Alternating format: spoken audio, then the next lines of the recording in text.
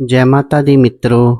जैसे आप सबको पता है कि शिव पुराण रुद्र संहिता पार्वती खंड जो है ये चतुर्थ खंड है और आज इसके पार्ट 2 का हम पाठ करेंगे। कल हमने पार्ट 1 का पाठ किया था।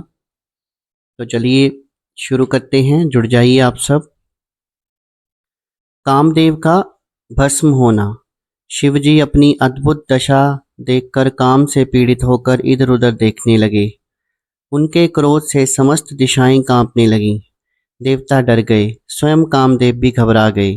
कामदेव को धनुष धारण किए देखकर भगवान शिव के क्रोध में और बढ़ोतरी हो गई, जिससे उनका तीसरा नेत्र खुल गया। उनके तीसरे नेत्र की अग्नि से कामदेव उसी प्रकार भस्म हो गया जैसे कोई फल वृक्ष से गिरकर समाप्त हो जाता है। यह देखकर पार्वती अपने घर चली गईं। कामदेव के भस्म हो जाने पर उसकी पत्नी रति विलाप करने लगी। उसके करुणापूर्ण विलाप को देखकर समस्त चराचर जीव भी दुखी हो गए। समस्त देवता रति को समझाने लगे तथा शिवजी को प्रणाम करके उनकी स्तुति करने लगे। शिवजी ने देवताओं से कहा, अब तो रति का पति भगवान श्री कृष्ण का पुत्र बनकर रुक्मणी के गर्भ से उत्पन्न होगा। उसका नाम प्रद्युम्न होगा। शंबर नाम का दानव उसे चुराकर समुद्र में फेंक देगा। यह रति शंबर के नगर में निवास करेगी और इसे इसका पति मिल जाएगा। देवता बोले, हे प्रभु, कामदेव को तो हमने भेजा था, वह देव कार्य के लिए आया था। यह रति उस समय तक जीवित कैसे रहेगी? तब तक आप ही इसकी रक्षा करें। ये सुनकर भगवान शंकर बोले, देवताओं, यह कामदेव फिर तो शीघ्र ही जीवित हो जाएगा और मेरा गण बनकर आनंद करेगा। मैं शीघ्र ही तुम्हारा भी कार्य संपन्न करूंगा, परंतु यह बात किसी को पता नहीं चलनी चाहिए। अब तुम सब अपने अपने स्थानों को पधारो। पार्वती को नारद का उपदेश। कामदेव के भस्म हो जाने के पश्चात पार्वती जब अपने घर पर पहुंची तो उन्हें 24 घंटे खाते पीते, उठते बैठते, सोते जागते शिवजी का विरह सताने लगा। तब एक दिन ऋषि नारद घूमते फिरते हिमाचल के यहाँ पधारे। हिमाचल ने नारद का आदर सत्कार करके बिठाया। इसके पश्चात हिमाचल ने नारद जी को कामदेव के भस्म हो जाने और पुत्री पार्वती के द्वारा शिव पूजन का समाचार सुनाया। नारद जी पार्वती के पास जाकर बोले, हे पार्वती, तुमने बिना तप किए भगवान भोलेनाथ को प्राप्त करने की कोशिश की थी और तुम्हारे अंदर कुछ अभिमान भर गया था। अब तुम भगवान भोले शंकर को प्राप्त करने के लिए तप करो। नारद जी ने पार्वती को ओम नमः शिवाय पंचाक्षर मंत्र की दीक्षा दी। उसकी विधि बताकर नारद वहां से चले गए। पार्वती जी की तपस्या। नारद जी के बताए अनुसार पार्वती ने अपने पिता हिमाचल से शिवजी को प्राप्त करने के लिए तपस्या करने की आज्ञा मांगी। पिता हिमाचल ने कहा, तुम अपनी माता से पूछकर तप करने चली जाओ। माता ने कहा, तुम घर में तपस्या कर सकती हो, वन में तो अनेक बाधाएं उत्पन्न होती हैं। स्त्रियों का शरीर वन में रहकर तप करने योग्य नहीं होता है। पार्वती यह सुनकर अत्यधिक दुखी हुई। पुत्री को दुखी देखकर माता ने वन में ही तपस्या करने की आज्ञा प्रदान कर दी। पार्वती माता पिता को प्रणाम कर उस स्थान पर गई जहां पर शिवजी ने कामदेव को भस्म किया था और जहां से गंगा निकली थी। वहां पार्वती ने वेदी का निर्माण करके पंचाक्षर मंत्र ओम नमः शिवाय का जप करने लगी। वे गर्मी में पंचाग्नि तत्व तप, वर्षा और शीतकाल में शीतल जल में बैठकर मंत्र का जाप करती रहीं। इस प्रकार जप करते उन्हें 3000 वर्ष व्यतीत हो गए। पार्वती के इस कठिन तप को देखकर देवराज इंद्र और सभी देवता उनके दर्शनार्थ आने लगे, क्योंकि अभी तक इतना कठिन तप किसी ने नहीं किया था। पार्वती के तप से त्रिलोकी तप्त होने लगी। ऋषि मुनि यज्ञ गंधर्व देवता और दानव आदि सब मिलकर ब्रह्मा जी के पास गए। ब्रह्मा जी इन सबको लेकर श्रीहरि के पास गए। सबने उन्हें संतप्त होते समस्त लोकों का हाल सुनाया। श्रीहरि ने कहा, हे बंधुओं, यह सब पार्वती जी की तपस्या का परिणाम है। तुम सब मिलकर भगवान शंकर के पास जाओ। यह सुनकर कामदेव के भस्म हो जाने का स्मरण कर सब कांपने लगे। इस पर श्री हरि ने उन्हें समझाया कि तुम लोग डरो मत। भगवान शिव बहुत ही दयालु हैं, वे हम सबके स्वामी हैं, वे अवश्य रक्षा करेंगे, इसलिए तुम सब उनकी शरण में शीघ्र पहुंचो। तब श्री हरि की बात मानकर सभी लोग शंकर भगवान की शरण में पहुंचे।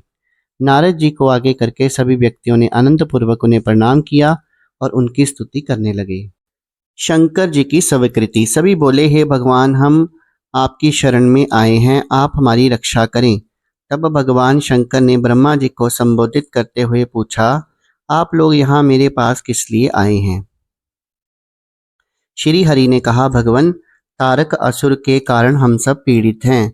उसने हमें अपने स्थान से च्युत कर दिया है। आप हिमाचल की पुत्री पार्वती के साथ विवाह करके एक पुत्र उत्पन्न करें, उसी के द्वारा उसका वध होगा। यह सुनकर शिवजी बोले, मैं पार्वती से विवाह नहीं करूंगा, मैंने काम को भस्म कर दिया है। इतना कहकर भगवान शंकर अपने आत्मचिंतन में लीन हो गए। इस पर सभी ने नंदीश्वर के कहने पर पुनः उनकी स्तुति की। शिवजी पुनः अपने ध्यान से जागे और देवताओं की अभिलाषा को समझकर बोले, यह विवाह बंधन का कारण है, परंतु मैं भक्तों के अधीन होने के कारण अनुचित कार्य भी कर बैठता हूँ। इसी कारण मैं आप लोगों की अनुचित इच्छा को भी पूर्ण करूंगा। तुम्हें तारकासुर के उपद्रवों से निजात दिलाने के लिए मैं अनिच्छा से भी पार्वती के साथ विवाह करूंगा। अब तुम लोग निर्भय होकर अपने अपने स्थानों को पधारो। इतना कहकर उन्होंने मौन धारण कर लिया। पार्वती परीक्षा। ब्रह्मा जी बोले, हे नारद, जब श्री हरि आदि सभी देवता चले गए तो भगवान शंकर ने सप्त ऋषियों का स्मरण किया। उनके आने पर भगवान शंकर ने उनसे कहा, तुम गौरी शिखर पर जाकर पार्वती से मिलो, वे मुझे प्राप्त करने के लिए महान तप कर रही है। उनके प्रेम की परीक्षा लेकर मुझे अवगत कराओ। आज्ञा पाकर सप्तऋषि गौरी शिखर पर पार्वती जी के पास पहुंचे और उन्हें प्रणाम करके पूछा, हे देवी, आप इतना कठोर तप किस लिए कर रही हैं?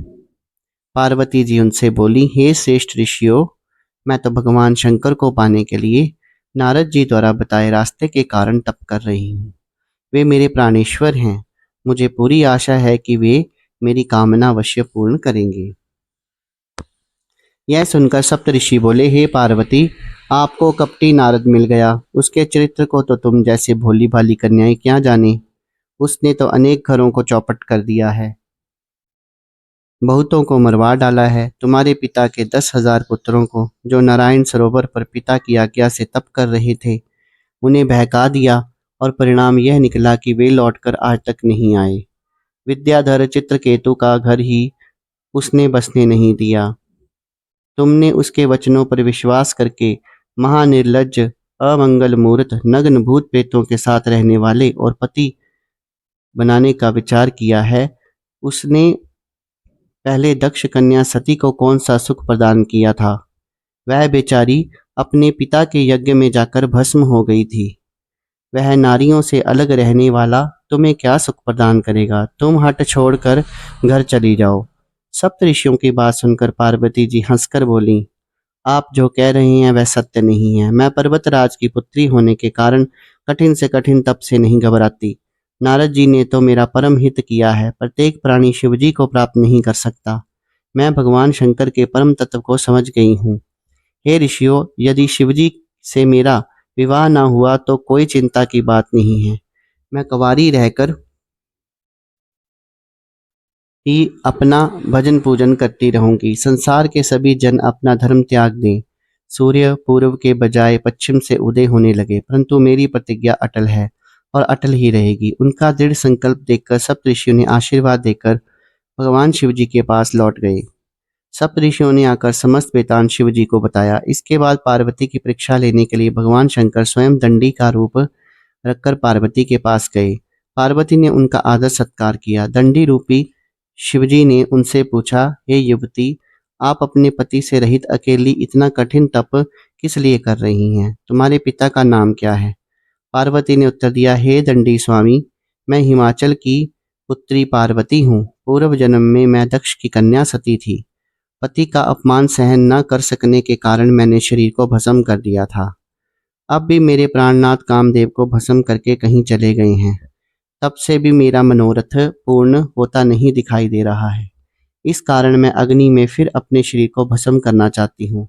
इतना कहकर पार्वती जी अग्नि में प्रवेश कर गईं, परंतु उनके तपस्या के आगे अग्नि भी चंदन के समान शीतल हो गई। शिव पार्वती संवाद। इसके पश्चात ब्राह्मण के रूप में आए शिवजी से पार्वती बोली, हे ब्राह्मण देवता, मैं कर्म और वाणी से भगवान शंकर की पत्नी बनना चाहती हूँ। मुझे पता है कि यह काम अत्यंत मुश्किल है, फिर भी मेरी यही कामना है कि मैं उनकी पत्नी बनूं। इस पर ब्राह्मण वेशधारी शिवजी बोले, हे देवी, तुम गलती कर रही हो। मैं अपने गुरु की कृपा से शिवजी को अच्छी तरह से जानता हूँ। वे हमेशा नग्न रहते हैं, भस्म लगाते हैं और नंदी नामक बूढ़े बैल की सवारी करते हैं। इससे पहले उनके साथ सती को कोई भी सुख प्राप्त ना हो सका। तुम तो इस संसार में परम सुंदरी हो, इसलिए तुम शिव को छोड़कर विष्णु, इंद्र आदि अन्य देवताओं में से किसी एक को पति बना लो। शिवजी में पति बनने का कोई गुण उपस्थित नहीं है। ये सुनकर पार्वती जी को ब्राह्मण देवता पर क्रोध आ गया। वे बोली, इसी प्रकार की निंदा करके यहाँ से सप्तऋषि भी चले गए हैं। तुम उन्हें नहीं जानते हो, क्योंकि ब्रह्मा विष्णु उन्हीं की छत्र छाया में सुख भोग रहे हैं। शिवजी तो परम पिता हैं, उनकी आयु का कोई अनुमान नहीं लगा सकता। सर्वसमर्थ शिवजी की निंदा करने वाले को कहीं भी स्थान नहीं मिलता। आठों प्रकार की सिद्धियां उनके चरणों में अपने सिर झुकाती हैं। अब आप मेरे सम्मुख शिवजी की निंदा ना करना। इस प्रकार कहकर पार्वती जी शिव के ध्यान में मगन हो गईं।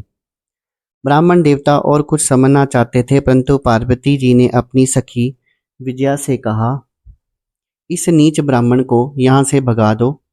यह फिर से शिवजी की बुराई करेगा। शिवजी की निंदा करने वाला तो दोषी होता है, परंतु इनके साथ साथ निंदा सुनने वाला भी उतना ही दोषी माना जाता है।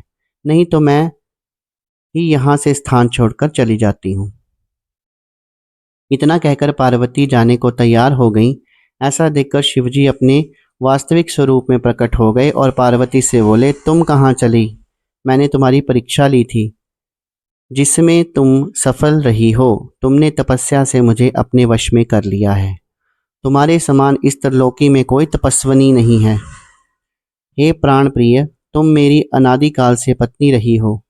मुझे तुमने अपने वश में कर रखा है।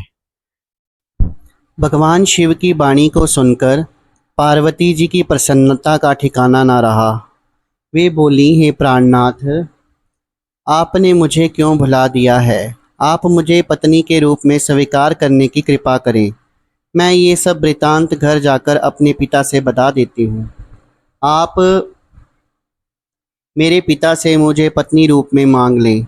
इस तरह पार्वती जी भगवान शिवजी को प्रणाम करके चुप हो गईं। शिवजी तथास्तु कहकर कैलाश को चले गए। वहां पहुंचकर उन्होंने नंदीश्वर आदि गणों को यह शुभ समाचार सुनाया, जिसे सुनकर सब बड़े खुश हुए। पार्वती अपने घर को चली गईं। पार्वती का आने का समाचार जानकर हिमाचल और मैना अपने पुरोहित तथा संबंधियों के साथ विमान पर आरूढ़ होकर उन्हें लेने को आ गए। यह शुभ समाचार सुनकर पुरवासी भी आ गए और सब जय जयकार के नारे लगाने लगे। शिव माया का वर्णन। ब्रह्मा जी नारद से बोले, पार्वती जी की शिव में भक्ति को देखकर इंद्र आदि देवता सोचने लगे कि हिमाचल कन्या दान करके दुर्लभ मोक्ष के अधिकारी बन जाएंगे।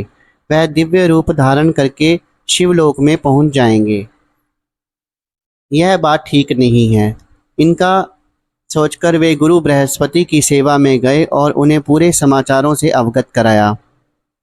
बृहस्पति जी ने उन्हें बताया कि आप लोग इस प्रकार भगवान शिव की निंदा ना करें। वैसे भी यह मेरे वश की बात नहीं है।